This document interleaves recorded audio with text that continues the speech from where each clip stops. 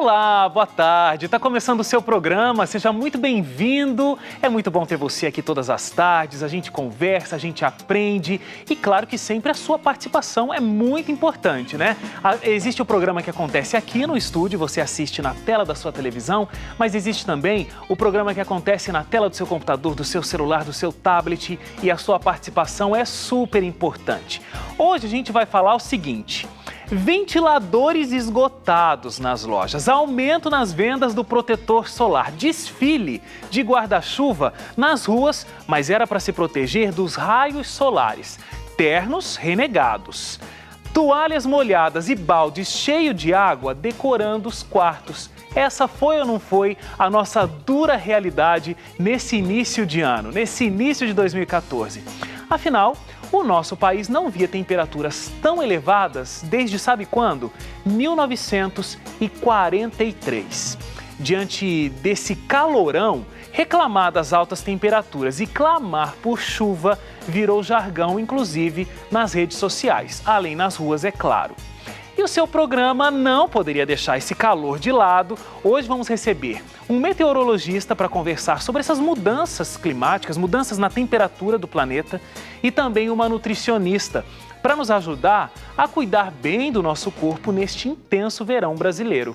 Então, você fica com a gente vai tentar entender por que a gente viveu um calor tão forte e o que a gente pode esperar, inclusive, do inverno. Você já ouviu muita gente falando que, nossa, com esse calorão que fez, imagina quando a coisa começar a ficar fria. Será que tem alguma relação?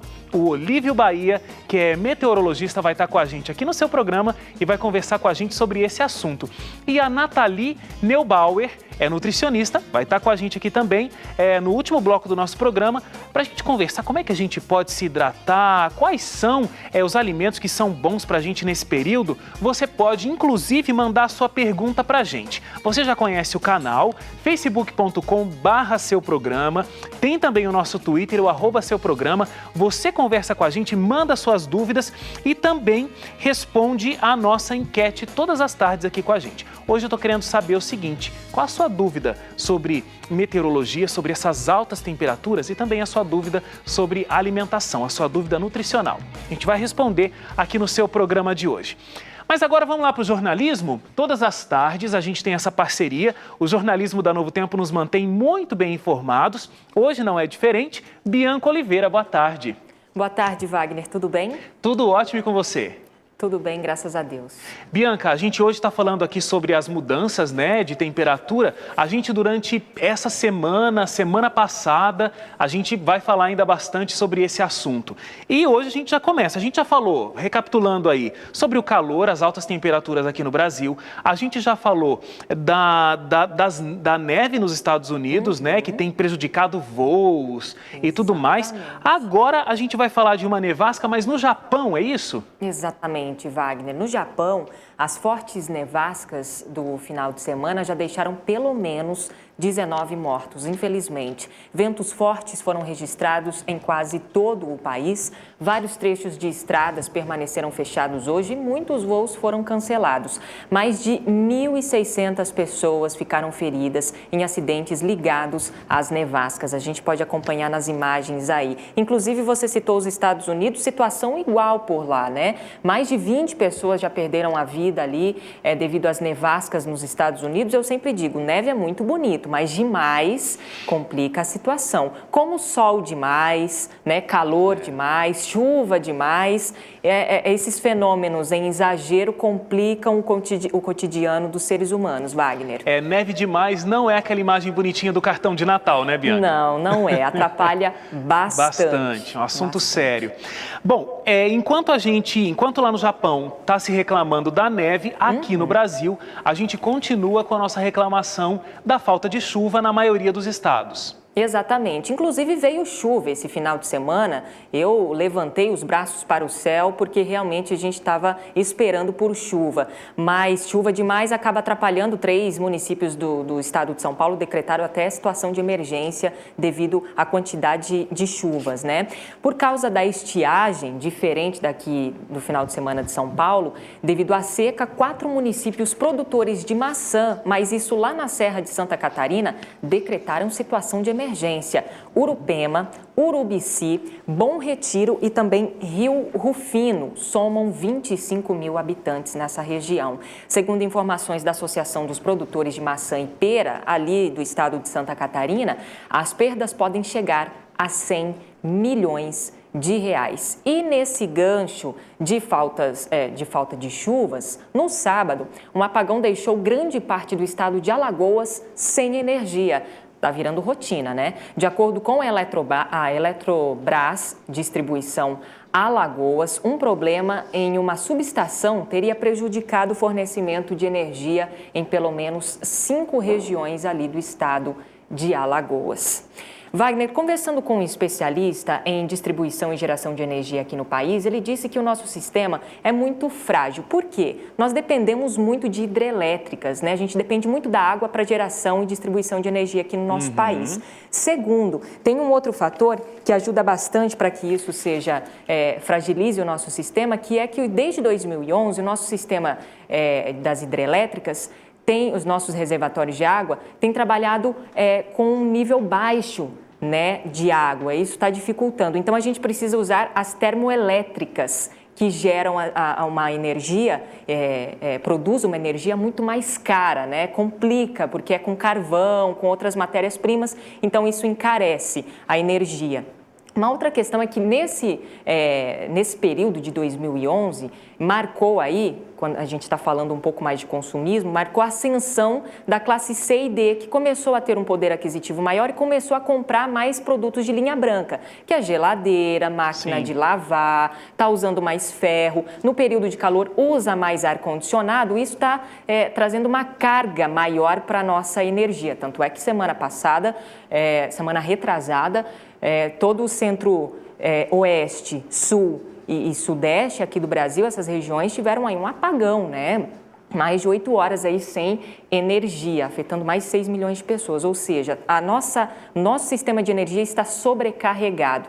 Então, esse ano é Copa, e tem uma série de coisas ainda para acontecer ainda nesse país, né? E ainda até pensando em 2016, o que não pode faltar é energia elétrica, né? Com certeza. Eu espero que eles arrumem isso o quanto antes, Wagner. Apagão na Copa vai ser um negócio interessante para o Brasil. Vai ser um negócio interessantíssimo, mas tomara que não aconteça, né? Para a gente não fazer feio, né, Wagner? Bianca, você veio aqui nessa mesma tela várias vezes dizendo assim, já foi liberado mais um lote do imposto de renda, já foi liberado mais um lote, já foi liberado o último lote. Agora você veio aqui para dizer que então a malha fina já está conseguindo pegar algumas pessoas, é isso? Já sim, Wagner. A Receita Federal pagou hoje a restituição referente à malha fina do imposto de renda. Os lotes vão de 2008 a 2013 nesse montante, o total que será pago aí é de 199 milhões de reais em restituições para o pessoal que não fez certinho ali a restituição, errou em algum ponto, então caiu na malha fina. A maior parte é relativa ao ano passado, o ano de 2013. Segundo o fisco, a omissão de rendimentos foi o principal motivo de incidência na malha fina.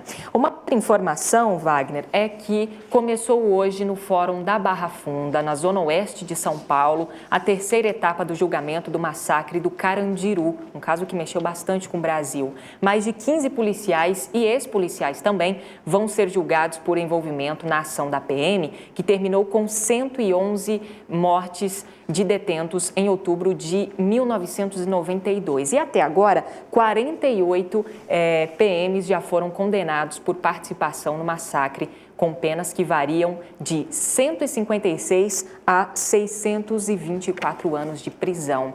No entanto, todos recorrem dessa sentença em liberdade. Como eu disse, Wagner, foi um caso que mexeu bastante com o Brasil, devido também à discussão da violência nos presídios, né? Então, a gente vai acompanhando o desfecho dessa história, as etapas desse julgamento para ver qual será o resultado. Agora, Bianca, uma notícia aqui que parece coisa de cinema, né? Mas um avião comercial foi sequestrado hoje. Foi, exatamente. Um avião que saía da Etiópia, Wagner, com destino a Roma, na Itália, ele foi sequestrado sim e teve que fazer um pouso forçado no aeroporto de Genebra, na Suíça. No meio da viagem, olha só, o próprio copiloto sequestrou o avião.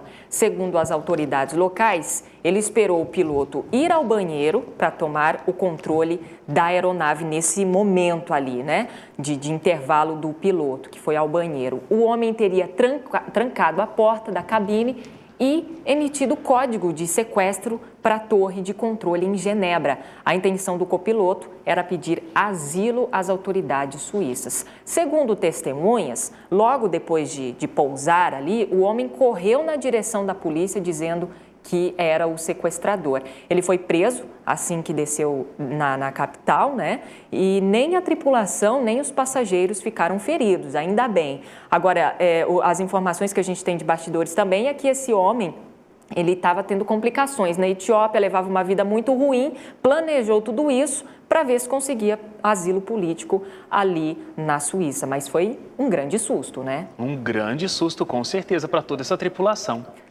Bianca, muito obrigado, ótima tarde para você e a gente se encontra amanhã. Amanhã a gente está de volta prestando mais serviço aqui para o amigo do seu programa. Até lá, Wagner. Tchau, tchau. Tchau, tchau. Mais informações atualizadas, você já sabe, tem o NT Vale logo mais às 7 horas da noite, ao vivo, aqui na tela da TV Novo Tempo. Intervalinho rápido agora, o seu programa volta já. A gente vai conversar hoje sobre essa mudança climática, sobre esse calor intenso que a gente teve aqui no Brasil nesses últimos dias, essa estiagem que a gente conversou aqui com a Bianca também. Então a gente volta já já. Hoje ainda, logo na volta do intervalo, a gente vai conversar com a Samira Toledo. E ela vai conversar com a gente, carreiras e profissões, né? Toda segunda-feira a Samira está aqui com a gente.